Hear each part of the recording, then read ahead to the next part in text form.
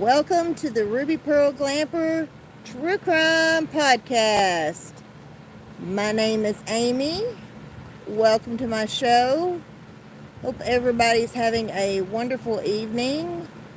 I've been outside all day working on some craft stuff for Halloween for my oldest daughter for her house.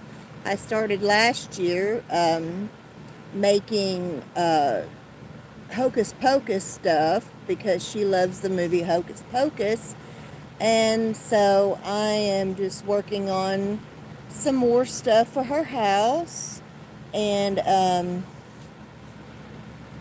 it's not as hot as it was. It's still hot, but it's not quite as hot as it was here in Arkansas. So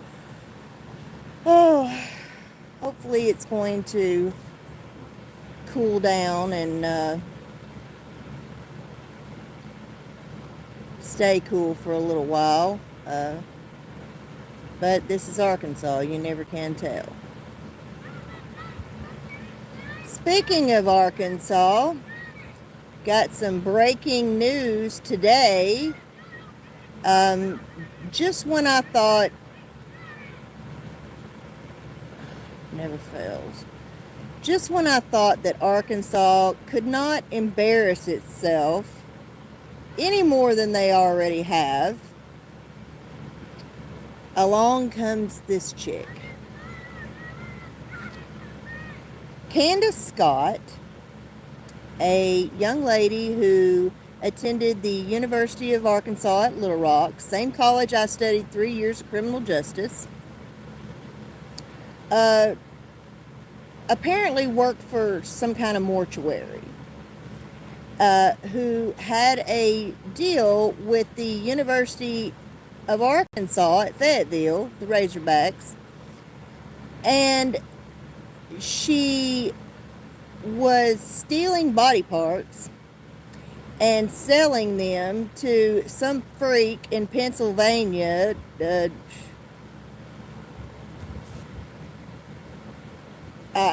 I couldn't even tell you his name. I done forgot.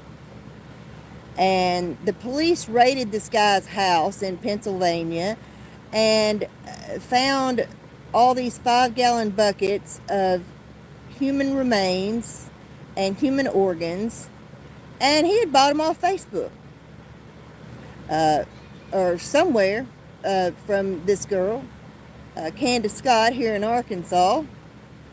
And so they've arrested him, and you got to see this guy's picture. He is some kind of freak, weirdo. And just when you think you've heard it all, I mean, what section of Facebook Marketplace is that kind of stuff in? Miscellaneous? I mean, come on. But, I mean, I thought this kind of stuff went on the dark web. How in the world were they doing this on Facebook? It's sickening. Completely sickening.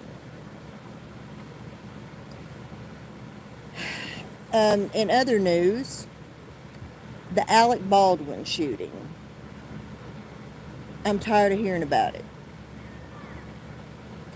We've known from practically day 2 after that poor woman was shot that there were live rounds on that set. The people on set had been horsing around with those time period guns for that movie with live rounds on their off day, and they had been out in the field playing Wyatt Earp and Billy the Kid. We've known that from the very beginning. That's been put out. And, you know, Alec, I mean, I'm sure Alec Baldwin does feel terrible.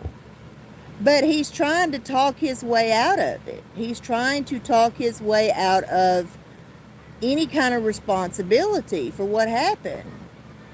and he's saying, oh, I didn't pull the trigger on it, blah, blah, blah, blah, blah. You know, to my understanding, these were not actual prop guns. They were prop guns, but they weren't prop guns. Allegedly, some of these guns were time period pieces for the time period that this movie was taking place, and that they were still had the ability to shoot real bullets. Now, don't quote me on any of this. This is just from what I've known about the case and what I learned from very early on in the case. But Alec Baldwin, you know, because this is a career killer, okay? You know, this is a total career killer. And he was a producer also on the movie. So everybody from the prop people to the director to Alec Baldwin to if there were people on set that were, you know, horsing around with these guns on their off day and shooting live rounds out in the field, and you know how boys are, boys and their toys, and they're all negligent. They're all negligent. And a poor woman lost her life. And, you know, the thing about Alec Baldwin is at a status in his career. He's an A-list celebrity. His daughter's married to Justin Bieber, you know, one of the most famous people in the world. So, you know, Alec Baldwin, I would say, is an actor who is comfortable. And, you know, these people get to statuses in their career where they get too comfortable. And I feel like he's one of them. And he knows this is a career killer. And he knows this was an awful thing to happen. But he does not want to take any responsibility for it. And I'm sorry, you do. But not just him alone. I mean, there's other people, like I said, that need to take responsibility for what happened. They need to just own up to what they did and face the consequences. Because a woman lost her life, and, you know, this is nothing to just sweep under the rug of Hollywood, you know, and hire some $1 million suit wearing Robert Shapiro lawyer out of California and get out of this. No. Alec Baldwin and everybody on that set needs to confess, own up to what they did, and be done with it. And quit trying to talk their way out of it. Because that makes me respect a person less who won't own up to what they did, who won't admit to what they did. You know, when you think that, oh, I'm too pretty for prison, or I'm too rich for prison, you know, no, you're not. Same rules apply to you, the same rules apply to me. And that's just the way I see it. So, it's time for them to quit, you know, bullshitting around about this case. And, you know, I don't know what to do.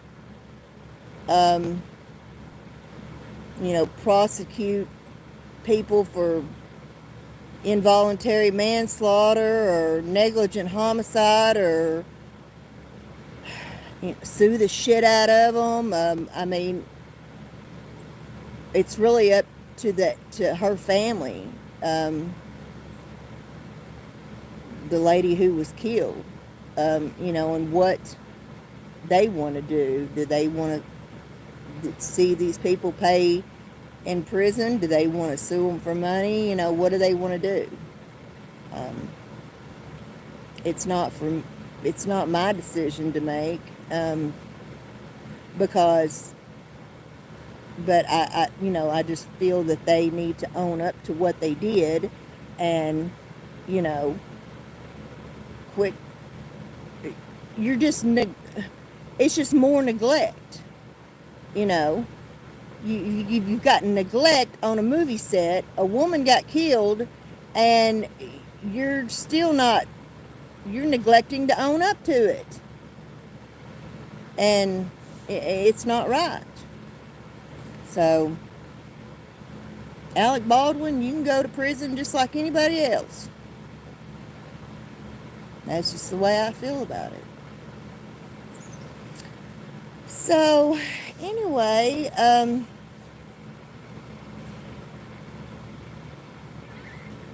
the case that I'm going to talk about, and I need to issue a trigger warning. There goes my dog. The details in the murder of Camille Cupcake McKinney from Birmingham, Alabama in 2019 are extremely graphic. They are a hard pill to swallow. This little girl was 3 years old. And she was as cute as a cupcake. She gripped so many hearts in that 10-day search for her. And what happened to Cupcake ranks among probably the top 20 cases that I have ever covered or ever followed of just horrifying. Completely horrifying. And I know that the death penalty is a tough subject. I know it's a controversial subject. And I know that some people are for the death penalty, some people are completely against it. But in a case like this, when you hear the graphic details of this crime, what should we do with these kind of people? It's horrifying enough to know that these kind of evil animals are living amongst us. Like, these are sick individuals. And you don't know who these people are. You pass by them in Walmart. They live in your neighborhood. They live in your apartment complex. You see them at the movies on Friday night, or at the mall, Walmart, gas station. And you don't know who these people are. But they are some of the sickest, most evil types of people in this world. And you can't fix that kind of evil. You just can't fix it. You can't fix it. You can't heal it. You can't cure it. You just need to kill it, in my opinion. You know, there's a lot of shit that I can overlook. There's a lot of things I can handle. But a crime this horrific in nature and graphic details against an innocent 3-year-old child. What do you do with that? What do you...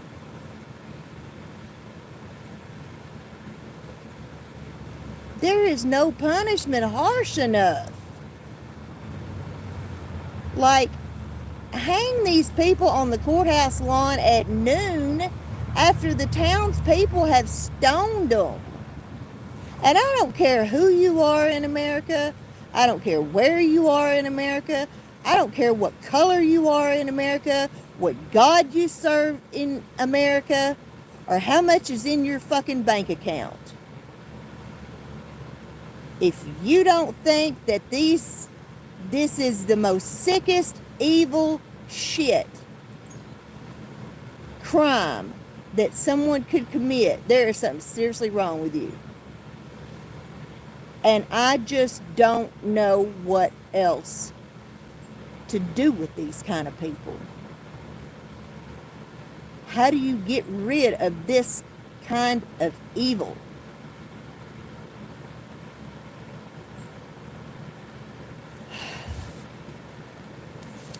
For anyone who's not familiar with the kidnapping and murder of Camille Cupcake McKinney,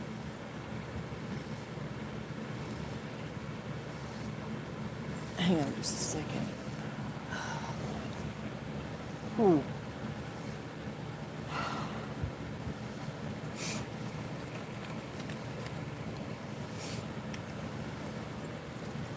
Gather my composure.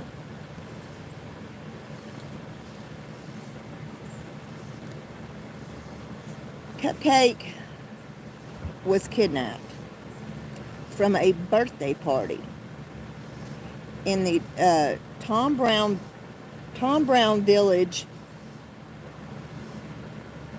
in Birmingham, Alabama. It was about 7:25, and apparently, I guess the adults were in the house, and the kids were outside playing, and a man approached the kids and offering them candy. The next scene what's seen next is the kids following this guy. And that was the last time Cupcake was seen alive. Was ever seen.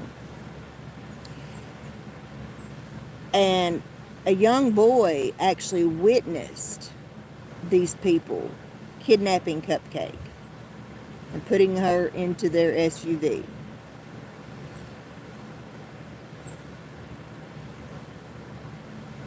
A frantic search went on in Birmingham, Alabama, and I mean, it kept, especially people here in the South, it captured all of our hearts. And they finally arrested 2 people. They arrested 2 people and had 2 suspects in custody. And their names were Patrick Stallworth and Derrick Irisha Brown. Now, mind you, Derrick Irisha Brown is a woman. It's not a man named Derrick. So this is a man and a woman that kidnapped this little girl.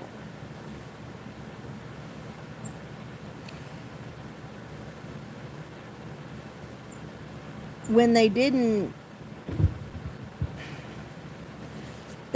find her until a day or 2 after they arrested these 2 suspects.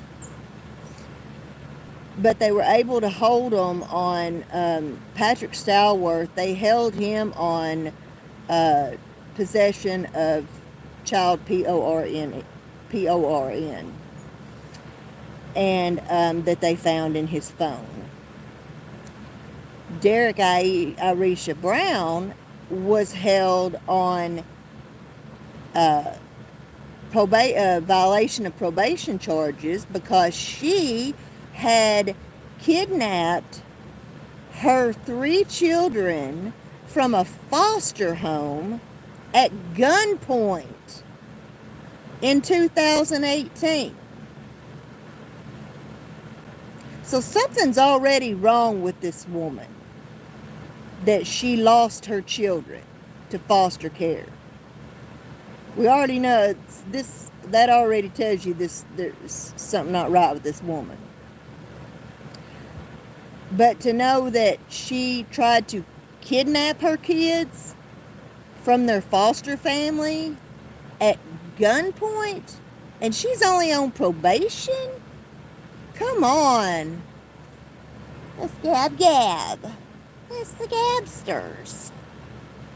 What you doing, Shaughnessy? That's Gabby. Rosie, she's laying over there on the rug. She's still skittish. But,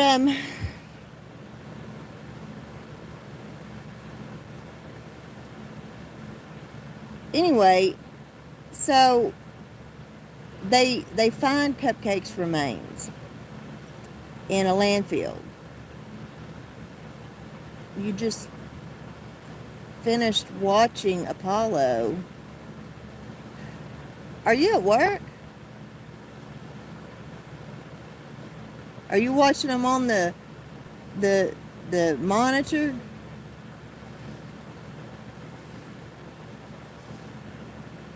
Oh.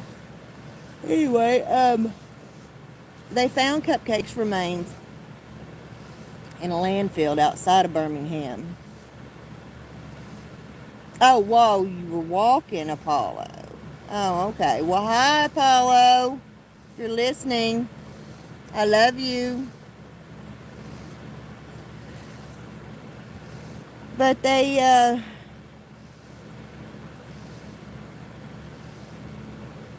found Cupcake's remains in a landfill outside of Birmingham, and so the search was over. And now Patrick Stallworth and Derrick Irisha Brown, they're charged federally and state.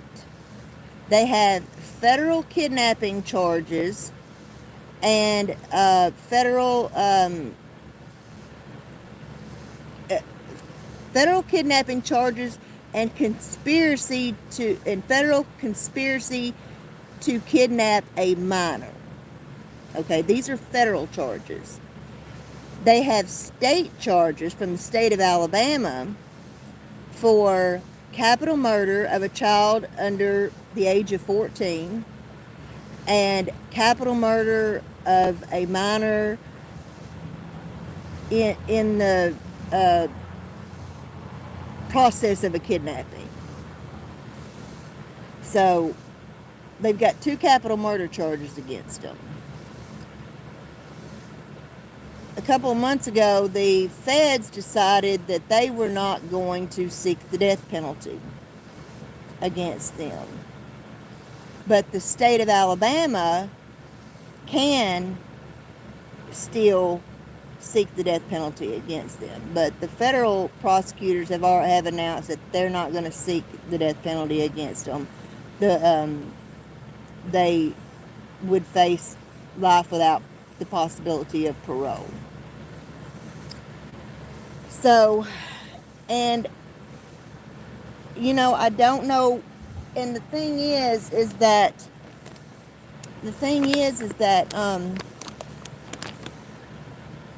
we've seen, they were a couple. They'd been dating for about a year. Patrick and Irisha, or Derrick, whatever you want to call her, had been dating for about a year. And, but that actually, they're wanting to do, what they want to do is try them federally first. And state second. And we have seen federal prosecution and state prosecution used most recently in the case of George Floyd and Ahmaud Arbery. In the George Floyd case, they prosecuted Derrick Chauvin, who was the main aggressor cop in that case. They prosecuted him, the state prosecuted him first, and he was sentenced. He was found guilty and sentenced. And then when it came to the federal hate crime charges, he pled guilty to those. So, and I think they did a plea agreement on the federal hate crime charges. But irregardless, he's going to prison for the rest of his life. But the 3 cops that were also involved in the killing of George Floyd, they tried them federally first and found them guilty of their federal hate crime instead of trying them by state first. I don't know why this is. My best guess is that they did it strategically because maybe they could give the other 3 cops more time for the federal hate crime charges. Maybe their case for the state is not as strong. And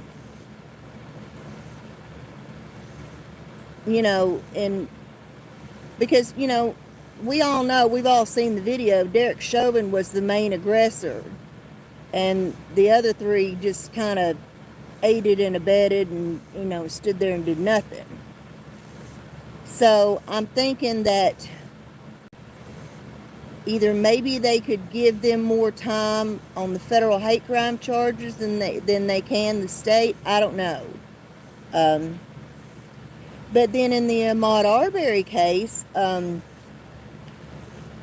Greg McMichael, Travis McMichael, and William Roddy Bryan, they tried them by state first. And Travis and Greg McMichael got life without parole. William Roddy Bryan got life with the possibility of parole. Well, they pulled a maneuver and they wanted to try and make a deal to where they could do their federal time first instead of their state time, which would put them spending the rest of their life in a federal prison instead of a state prison. Because Greg and Travis McMichael got life sentences in both state and federal charges. So, they're going to spend the rest of their life in one prison or another. But they tried to pull the pull a little under the table maneuver and get their time to serve federally first and go to a federal prison instead of a state prison.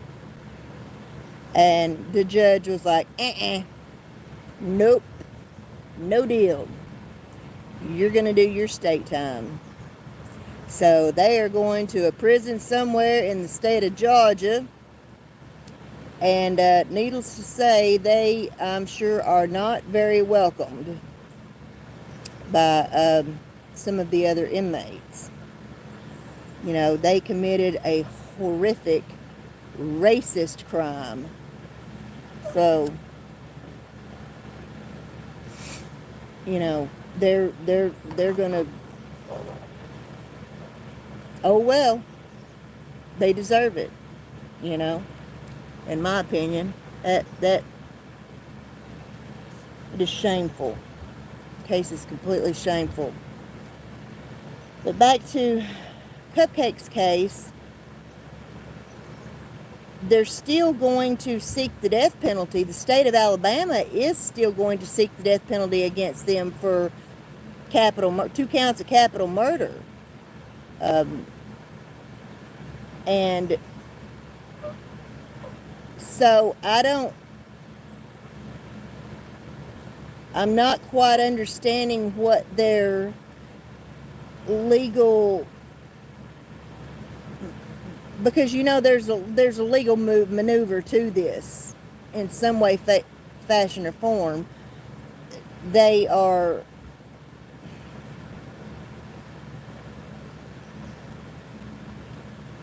I'm hoping that, or what I'm thinking is, maybe they want to secure the kidnapping charges first, because as horrible as it is for me to, as hard as it is for me to say this, you had to kidnap the child first before you could kill the child. So, do they want to secure them on the kidnapping charges? And, they're facing life without parole on those charges. So, do they maybe possibly want to hopefully get them to make a plea deal in the state case and not, put Cupcake's family through the horror of a trial? Or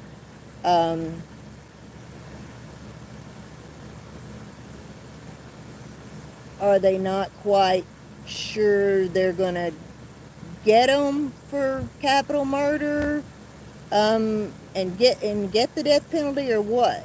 I don't know. I'm not those prosecutors. I can only speculate.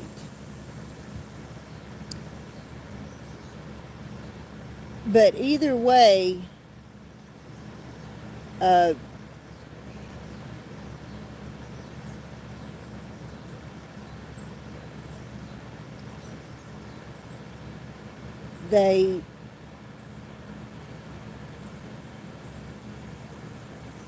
just don't know what else you do with these kind of people. This sick and this evil, that you would trigger warning, kidnap a 3-year-old child from a birthday party, SA her, and then smother her to death, and pump her full of drugs. Cupcake had toxic levels. Get them to make a full confession to the kidnapping, since there was only one witness in it. Well, it's all on video, honey. It's actually all on video. I mean, there's no talking their way out of this. There's forensics evidence against them. It's on video. They're seen in the neighborhood.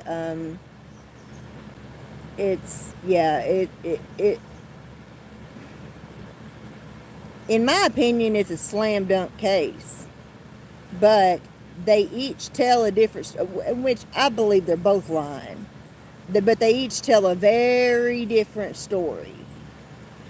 And they each blame it on each other. So, but she had toxic levels of methamphetamine and trazodone in her system. And she didn't just inhale these or anything like that. These there's no other way they could have gotten into her body but by ingestion. It was random. It was actually random. And I'm going to get to that. Earlier that day, Patrick Stallworth had gone to a gas station and bought like $20 worth of candy. And he approached two young girls at the Chevron station.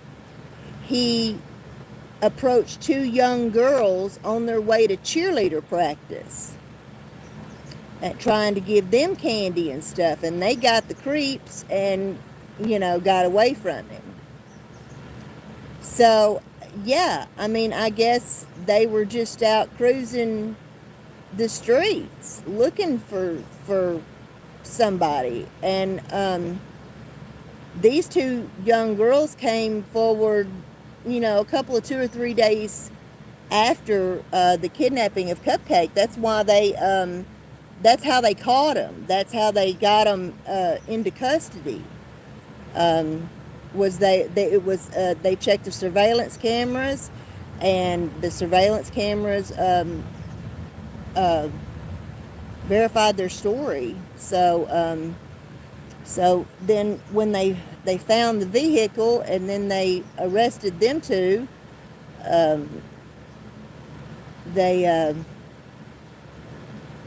but they still hadn't found Cupcake. So yeah, I mean, I guess they were cruising the daggum neighborhoods, all day looking for. Sickening. And then Patrick Stallworth is seen again on surveillance cameras at the Shell station buying an energy drink and an erectile dysfunctional pill. Now, who knew that exactly. Yes, they do. Now, who knew that you could buy the Hugh Hefner special little blue pill at the damn gas station? I didn't know that. I mean, I know you can buy like energy drinks and energy pills and that kind of stuff. I didn't know you could buy the little blue friend at the damn Shell station for erectile dysfunction. So this guy is on methamphetamine. He's on triazidone, which is a mixture of upper and downer. And then he takes a pill for erectile dysfunction and an energy drink. This dude was cooking for Cocoa Puffs. But you learn something new every day, honey. You learn something new every day. Because I sure didn't know you could buy those little blue friends at the damn gas station. So, yeah. And then the evidence recovered from their apartment. There was blood all over a mattress in their living room. And they confiscated that, and there was a mixture of DNA from all three of them. From Patrick, from Derrick, and from Camille. And when her remains were found, unfortunately, the medical examiner, because of the decomposition of her remains, trigger warning, they could not determine whether or not she had been SA'd. But all evidence points to it. I mean,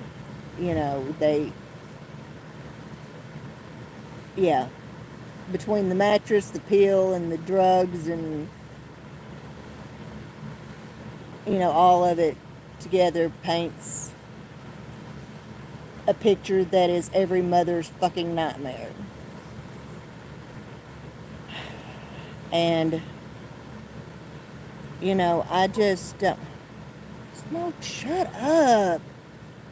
He can't stand it when he's not right up my rear. But he, you know, but she blames it on him and he blames it on her. He says that he came home and Cupcake was there and he told her, that's not your child. And she said, but I want to keep her. And then asked him if he would do, if he would S.A. Cupcake. Smokey, your sister says hi. He's in the house. He wanted to go in. And because I didn't go in, now he's raising Cain. He's wanting back out. But anyway, he tells a story that she asked him to S.A. Cupcake, and he said hell no, and went outside and smoked a cigarette, and then so Derrick put her trigger warning, put her hands over her mouth and smothered her to death.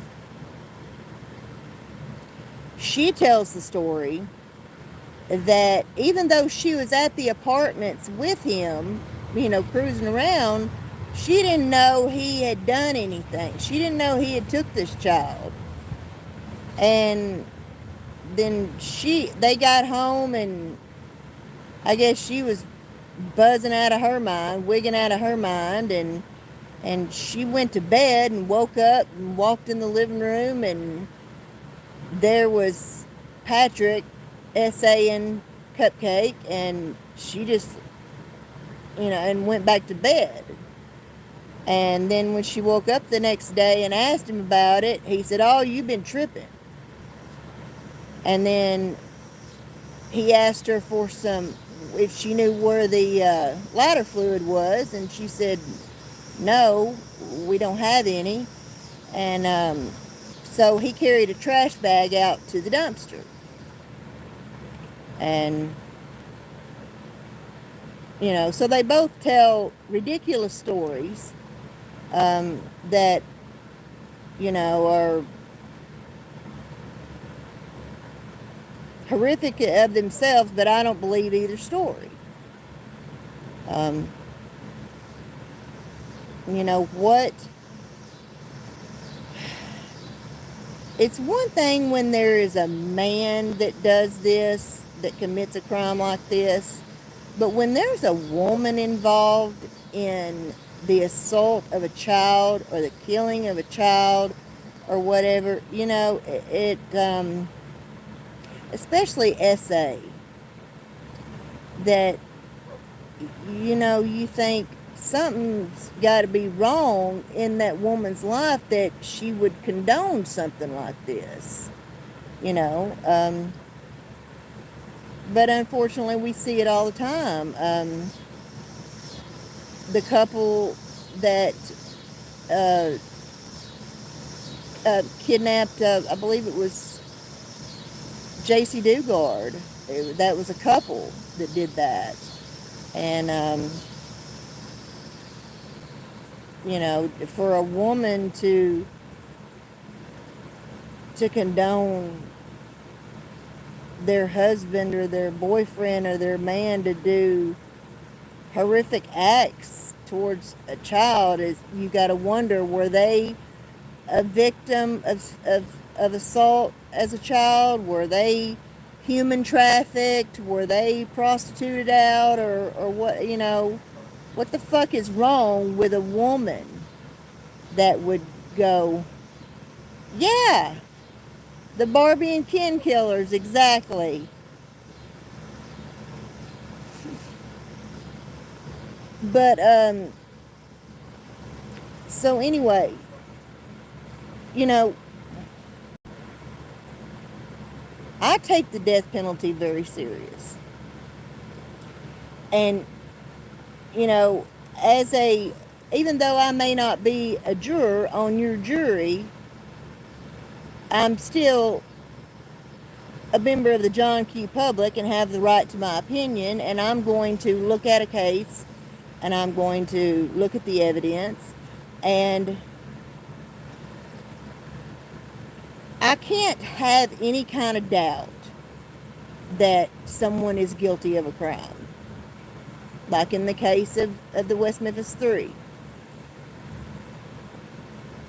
But the evidence, there is forensic evidence, there is surveillance footage, there is witness testimony, there is everything that tells me these two people committed this horrific crime against this 3-year-old innocent child. So I don't have a bit of qualms about giving them the death penalty. Because I don't know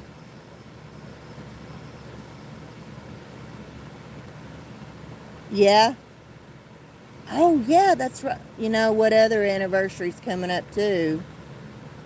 There was an anniversary on the 17th, and there'll be one on the, hey, to you, how are you?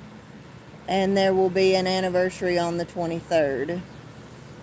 Sherry's the 17th, and Kevin and Dawn are the 23rd. I didn't even realize it until I was looking at my calendar on my phone, that it snuck up on me. So, but you know, I cannot be, there has to be no doubt in my mind that a person committed a crime in order to give them the death penalty. And, you know, the evidence, and I realize that everybody's supposed to be innocent until proven guilty in a court of law, but the evidence is there, and there is no doubt in my mind that these people committed this crime, and the details of it are beyond horrific. And if ever a case warranted the death penalty, it's this one. It's definitely this one. Because there is no rehabilitating these people. And I mean, I'm not God. I'm not trying to be judgmental. I'm just stating the facts that these people are sick beyond comprehension, and there is no fixing these people. There's no fixing them. There's no rehabilitating them. There's no, I found God in prison and now I'm no threat to the community anymore. I just don't know what to do with people who would commit such a horrific crime as this, other than to kill them.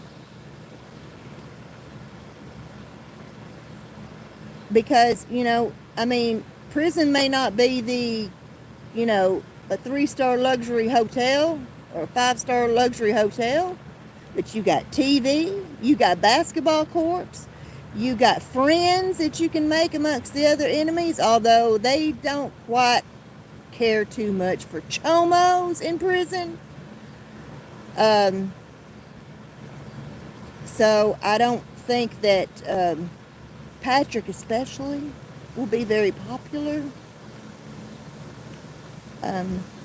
But I mean, it's okay to kill your wife, but don't kill a kid. Don't hurt a kid. That's the mentality of people in prison.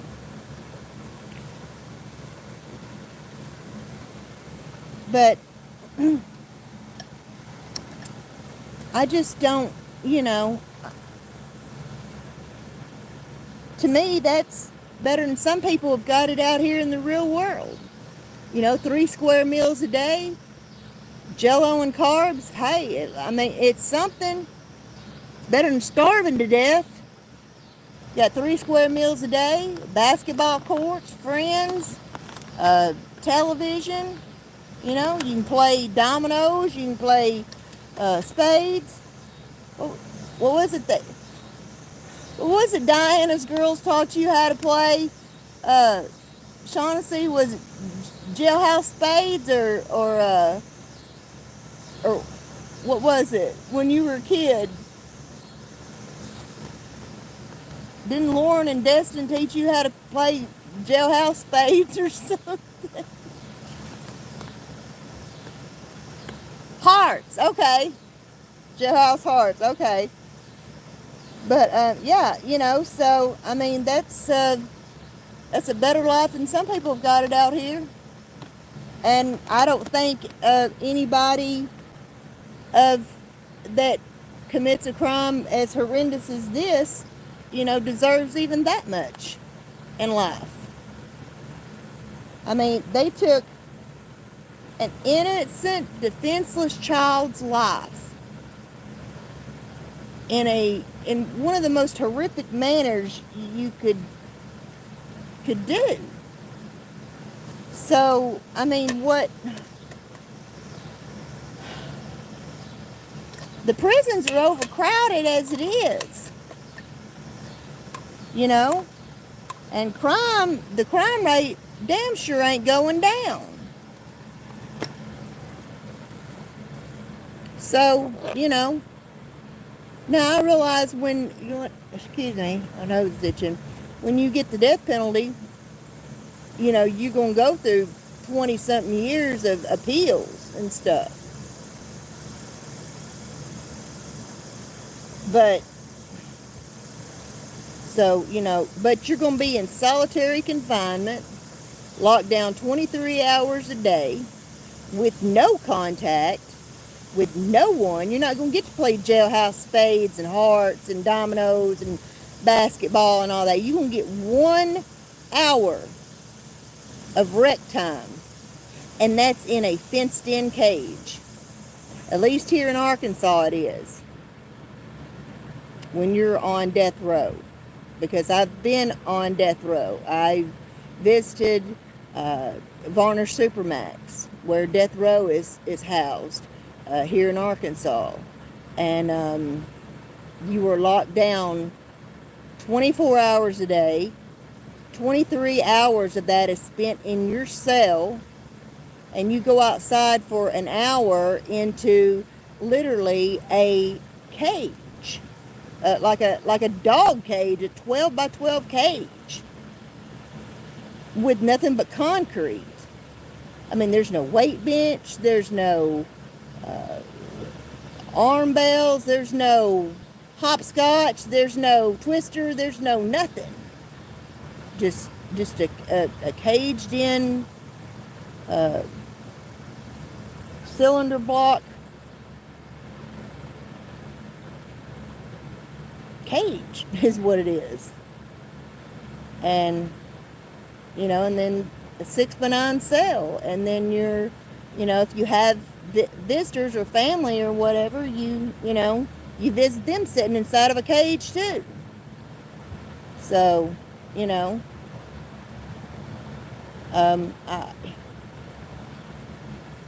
I think that's what these people deserve.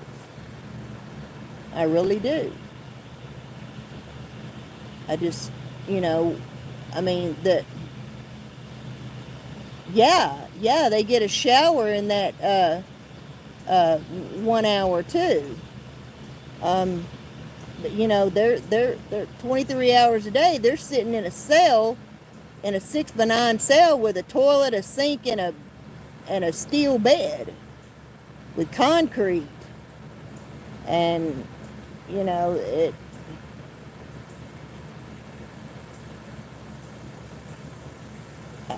What do you think, OOTU? I mean, do you think that people that commit crimes of such a horrific nature against a child deserve the death penalty? Are you pro or anti death penalty?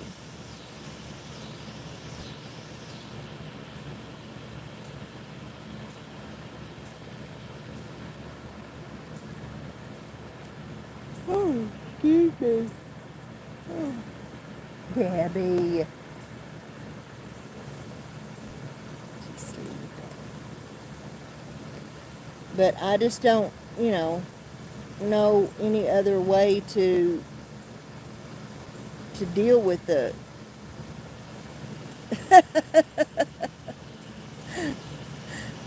well, I mean, I like to be sure, you know.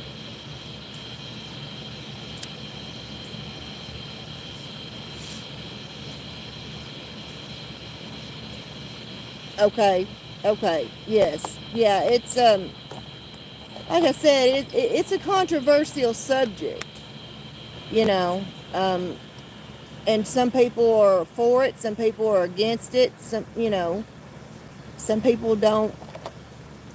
But and I don't judge people either way. All I'm saying is, it's got to be something of such horrific nature that, and especially against a child. Um, Someone who has no chance whatsoever. Exactly. Children, what I was just about to say. Children are defenseless. They are defenseless. And they can't fight back. Although Cupcake did fight back. They found Patrick's DNA under her fingernails. And he had claw marks on his chest at the time of his arrest. So she did fight for her life. That 3-year-old little girl fought for her life. But still, defenseless against a grown man. And kidnapping, drugging, essaying, and smothering to death. Yeah, exactly. I mean, I don't think, I can't see a case more warranting for the death penalty than this one. It's just,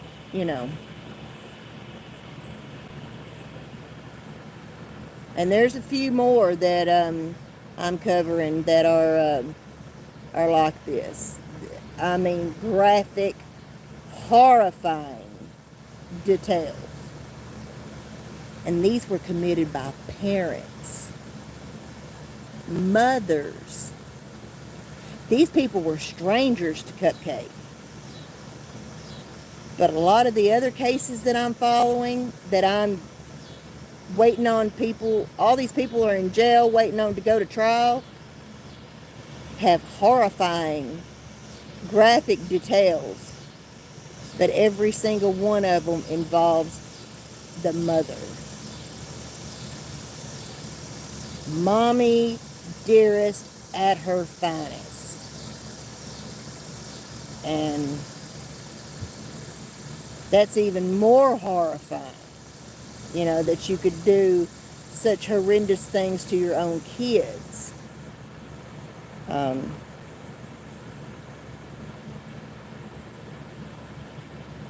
I just can't imagine. And I just, we've reached a time in the world that it is a battle for good and evil. There is a battle for good and evil. And it's everywhere. It's in every nook and cranny. It's online. It's in your neighborhood. It's in your house. It's in the neighboring cities, neighboring states. It's it's just everywhere. And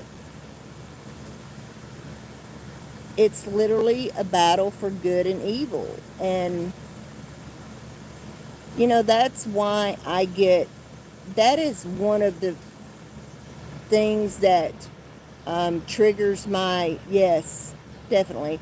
And that's one of the things that triggers my depression, is that I look at how sick and evil this world is, and it just depresses me. Like, you know, there's got to be somewhere better than this. You know, how do we, you know, do we really live amongst these kind of people, and this evil, but yeah, I mean, that's what life has always been about since the creation of Earth. It's been a battle for good and evil. That's the, you know, whole story. Yes, go ahead. Hang on just a second.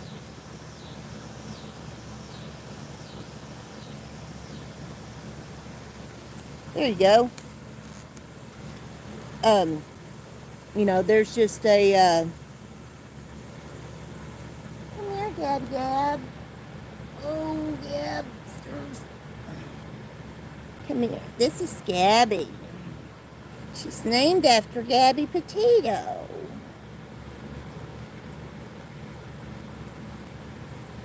See, Rosie's down there. She's a bit skittish. The Gabsters lets me hold her. Gabby and Rosie are twin cats. They're twins. It's hard to tell them apart. And named them after Gabby Petito and her best friend Rose. So, just show this I recently put up. Okay. I will definitely watch it.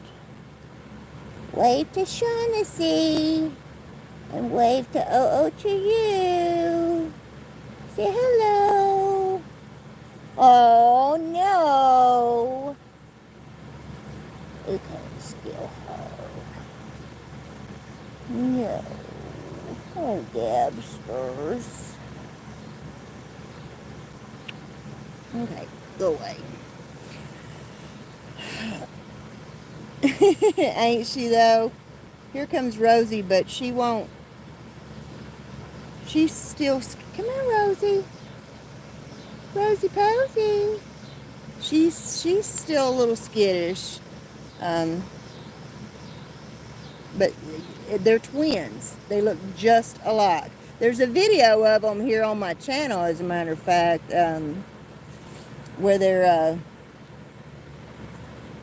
Apollo Creed. Are you bullying your kitty feline brother and sister?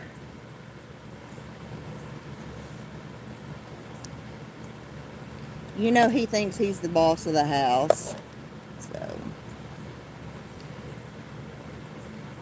but yeah, it is trigger warning on video and shows where the dad posted. Oh my God. You know, a few years ago, there was a Facebook Live of this guy just walked up to this old man walking down the road with a bag of groceries and just shot him live on Facebook. I mean, there's been stuff on YouTube. There's been Facebook Lives. All kinds of horrific things, and people just post it like it's, hey, you know. I mean, the Parkland shooter, he posted all over social media and stuff what his plans were, what he was going to do, and some of the stuff got reported to YouTube. Well, I'm definitely going to watch the video and because I just don't know what the hell's wrong with people. But like I said, it's, from the day you were born, there's been a battle for your soul. A battle of good and evil for your soul. And it's been around since the beginning of time. That's what the whole war in heaven and, the fall of Lucifer and all that was about, It, some people don't quite understand that, but that's the truth. The guy wanted. Oh my gosh. Shane, I know you're talking about Shane Dawson. When was this? Because God, Shane Dawson, is he even still back on YouTube? Is he back on YouTube? Because I know it's been a few years since he left YouTube. Oh, okay.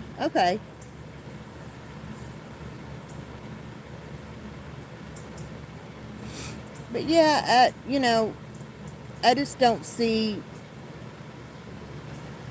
what other alternative there is. And I don't see, what... I mean, I don't think a crackdown on... yes. I don't think a crackdown on punishment is certainly going to make a difference in, these horrible crimes being committed. But, maybe somebody will think twice, Like, well, I'm not going to get to do easy time in Gen Pop, I'm going to be stuffed in a 6x9 cell for the rest of my life, 23 hours a day, 24 hours a day, basically. I don't want that, so, maybe I ought to think twice before I commit a crime so horrific. I don't know. But, this story is just so heartbreaking. And when it happened, my oldest daughter, this was his early days before he did... Oh, okay. Well, I didn't, I hadn't heard anything about him, so I didn't know if he was back on YouTube or whatever become of him and all that crazy mess. But,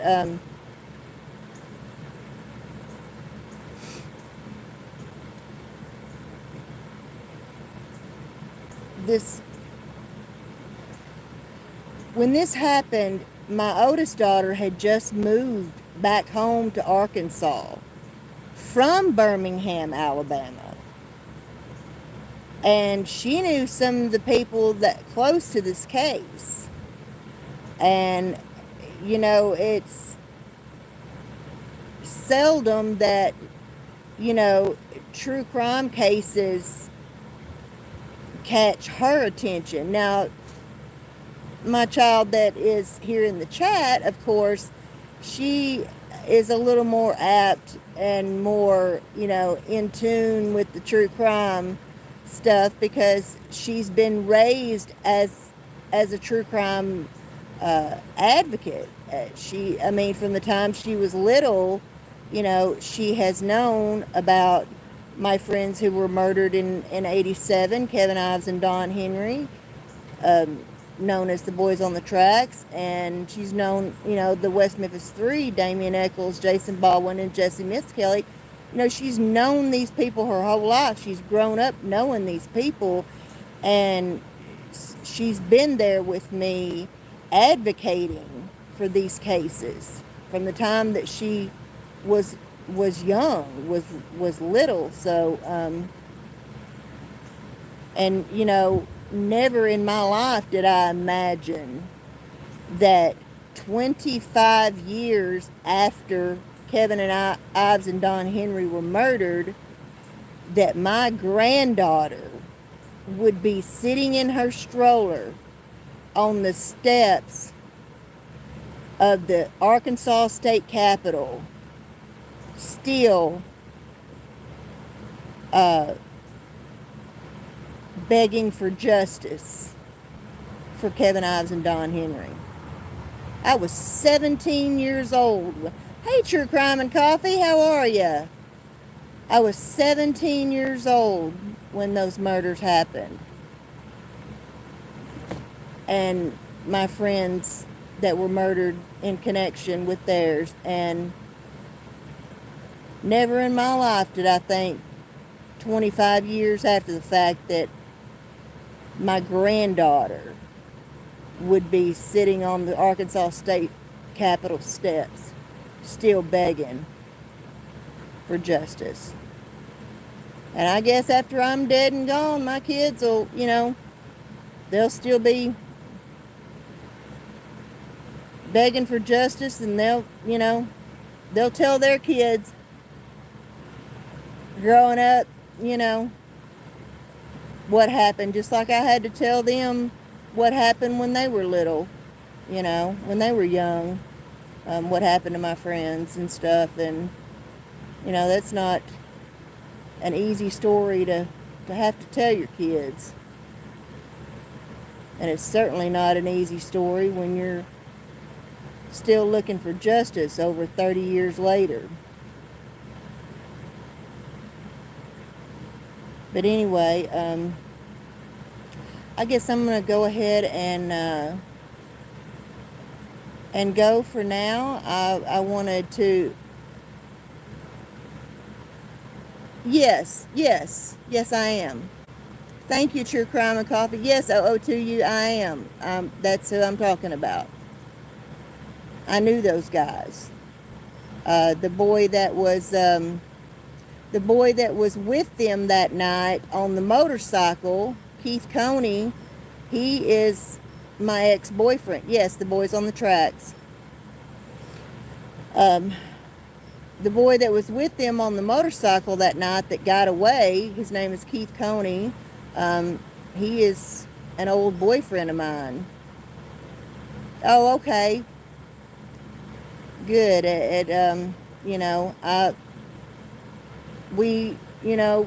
I know deep down that we'll never see justice for them. And, Miss Linda passed away.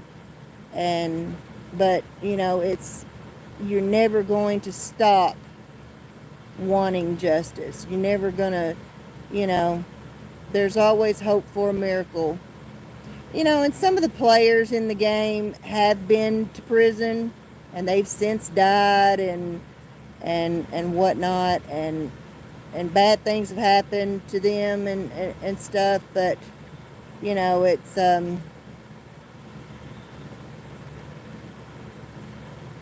and we know who did it. There's overwhelming evidence, but it's just a case that will never ever see justice, unfortunately. And it's a very hard pill to swallow. Yeah, the truth has already gone to the grave with some people. And, I keep hoping that there will be a deathbed confession. And I am hoping that maybe that deathbed confession will come from someone who was once very, very near and dear to me. Yeah. I hope that deathbed confession comes from someone who was once a father figure to me, and who was once very near and dear to me, near and dear to my mother, near and dear to my family. I hope that's where the deathbed confession will come from. But I don't know. Anyway, I want to thank everybody for coming in the chat tonight. My daughter, Shaughnessy Nicole, OOTU, True Crime and Coffee.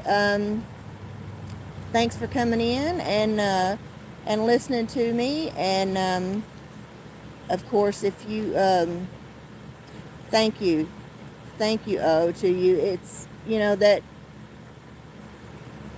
August 23rd is coming, it's right around the corner, and it snuck up on me this year. And every year I turn back to that 17-year-old girl again. You just go back in time. And,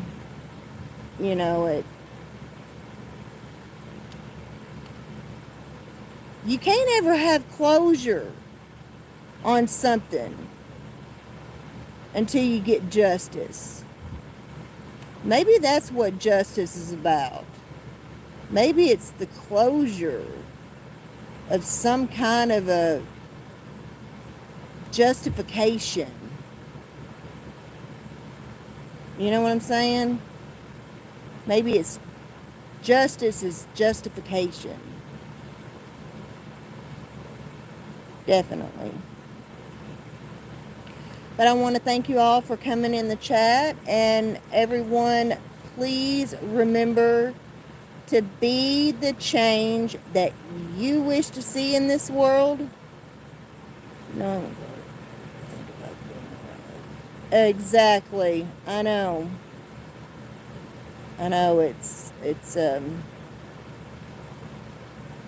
creepy. Took me a long time to accept a lot of things in that case, and accept that people weren't who I thought they were. That's been one of the hardest pills also for me to swallow. And I'll never forget, before Mama died and she was laying in her bed, and the case was in the news, and she said, "Amy, do you really think Danny did all that?" And I said, "Yes, Mama, unfortunately I do. Unfortunately, I can't ignore it anymore. I can't sweep it under the rug. I can't make excuses for him anymore. I can't, deny it anymore." And even though, she still believed in the good in him, I remember the look on her face when I said, "Yes, I do. I do believe." After years of denial, I do believe that Danny was involved in all this. So, but anyway, you all have a great night. And as I said, please remember to be the change that you wish to see in this world. As Michael Jackson said, it starts with the man in the mirror. Peace out, everyone. Good night.